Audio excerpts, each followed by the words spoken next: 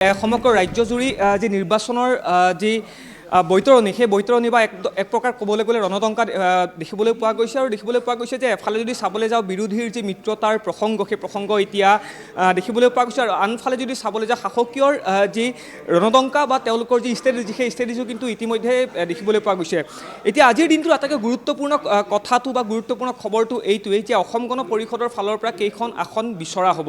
আৰু বিভিন্ন সামাজিক মাধ্যমেই হওক বা বিভিন্ন মাধ্যমত ইতিমধ্যে অসম গণ পৰিষদৰ যি তেওঁলোকৰ সিট বা যি আসন সেই আসন তেওঁলোকে কিমান বিচাৰিব সেই বিষয়টোক লৈ কিন্তু এক প্ৰকাৰ এতিয়া এটা ডাঙৰ প্ৰশ্নবোধক হৈ পৰিছে, এটা অতি গুৰুত্বপূৰ্ণ এটা বিষয় হিচাপে পৰিগণিত হোৱা দেখিবলৈ পোৱা গৈছে। কিন্তু গুৰুত্বপূৰ্ণ কথা এইটোৱে, আমি আসাম টকছৰ যিসকল দৰ্শক আছে সেই দৰ্শকসকলক ইতিমধ্যে আমি স্পষ্টভাৱে আমি জনাব বিচাৰিছোঁ যে আমি অসম গণ পৰিষদৰ যিসকল উচ্চপদস্থ যিসকল নেতা আছে তেওঁলোকৰ লগত আমি কথা পাতিছিলোঁ আৰু তেওঁলোকে ইতিমধ্যে জনাইছে যে যিসমূহ ভাগ বতৰাক লৈ আসন ভাগ বতৰুৱাক লৈ বিভিন্ন মাধ্যমত যিসমূহ তথ্য ইতিমধ্যে প্ৰকাশ পাইছে সেই তথ্যসমূহ সম্পূৰ্ণ ভুল বুলি তেওঁলোকে অভিহিত কৰিছে আৰু তেওঁলোকে স্পষ্ট ভাষাৰে জনাইছে যে 15 তাৰিখৰ ভিতৰত 15 ফেব্ৰুৱাৰীৰ ভিতৰত এই সমগ্ৰ যিসমূহ বিষয় সেই সমগ্ৰ বিষয়সমূহ আনুষ্ঠানিকভাৱে তেওঁলোকে স্পষ্ট কৰিব আৰু লগতে 35ৰ পৰা 40খন আসন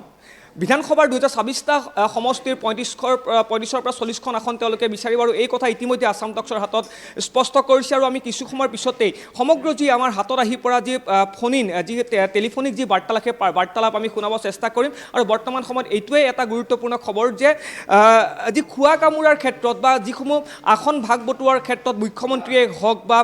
ৰাষ্ট্ৰীয় যি বিজেপিৰ সভাপতিগৰাকীয়ে হওক বা ৰাজ্যিক সভাপতি দিলীপ শইকীয়াই হওক কি ধৰণৰ ভূমিকা গ্ৰহণ কৰিব বা সন্তুষ্টি প্ৰকাশৰ ক্ষেত্ৰত কি ধৰণৰ ভূমিকা প্ৰকাশ কৰিব সেই বিষয়সমূহ কিন্তু হৈ পৰিছে বৰ্তমান সময়ত ৰাজ্যৰ আগন্তুক বিধানসভা নিৰ্বাচনৰ কিন্তু অন্যতম এটা গুৰুত্বপূৰ্ণ বিষয়।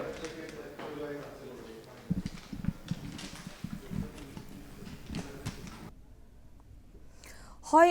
বিতুপন বৰা, আপুনি সবিশেষ তথ্যখিনি জনালে, কিন্তু এই মুহূৰ্তত দেখিবলৈ পোৱা গৈছে যিহেতু 9ৰ পৰা 10খনকৈ আসন বিচাৰিছে,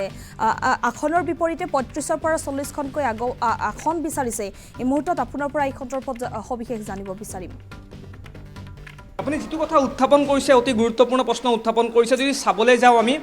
কাৰ্যকৰী সভাপতি ভূপেন বৰা কেশৱ মহন্তকে আদি কৰি যদি চাবলৈ যাওঁ অতুল বৰা সভাপতি অতুল বৰাকে আদি কৰি তেওঁলোকৰ যিসমূহ আসনৰ তেওঁলোকৰ ভাগ বটোৱাৰ ক্ষেত্ৰত কাক কাক অগ্ৰাধিকাৰ কৰা হ'ব বা অগ্ৰাধিকাৰ দিয়া হ'ব, নতুন মুখক তেওঁলোকে বিশেষ অগ্ৰাধিকাৰ দিব নে কাক কাক অগ্ৰাধিকাৰ দিব, সেই ক্ষেত্ৰসমূহত কিন্তু বিশেষকৈ এতিয়া অসম গণ পৰিষদৰ যি ভিতৰুৱা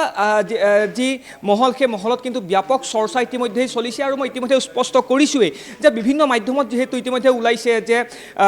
বিজেপি আৰু অসম গণ পৰিষদৰ মিত্ৰতাৰ ক্ষেত্ৰত এটা ফাট মিলিছে, তাকো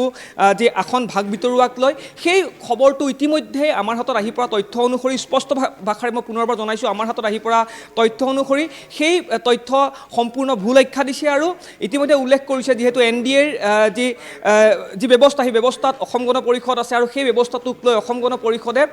35ৰ পৰা 40খন আসন বিশেষকৈ আগন্তুক যি বিধানসভা নিৰ্বাচন সেই নিৰ্বাচনৰ আসনত তেওঁলোকৰ সম্পূৰ্ণ যি প্ৰেক্ষাপট সেই প্ৰেক্ষাপট তেওঁলোকে স্পষ্ট কৰি ইতিমধ্যে আমাৰ আগত প্ৰকাশ কৰিছে। আৰু কিছু সময়ৰ পিছতে আমি সামগ্ৰিক যি ফোন ইন আমি আসাম টকছৰ যি পৰ্দা সেই পৰ্দাত আমি শুনাবলৈ আমি চেষ্টা কৰিম। বিতুপন বৰা, এই মুহূৰ্তত আপোনাক ধন্যবাদ জনাইছোঁ।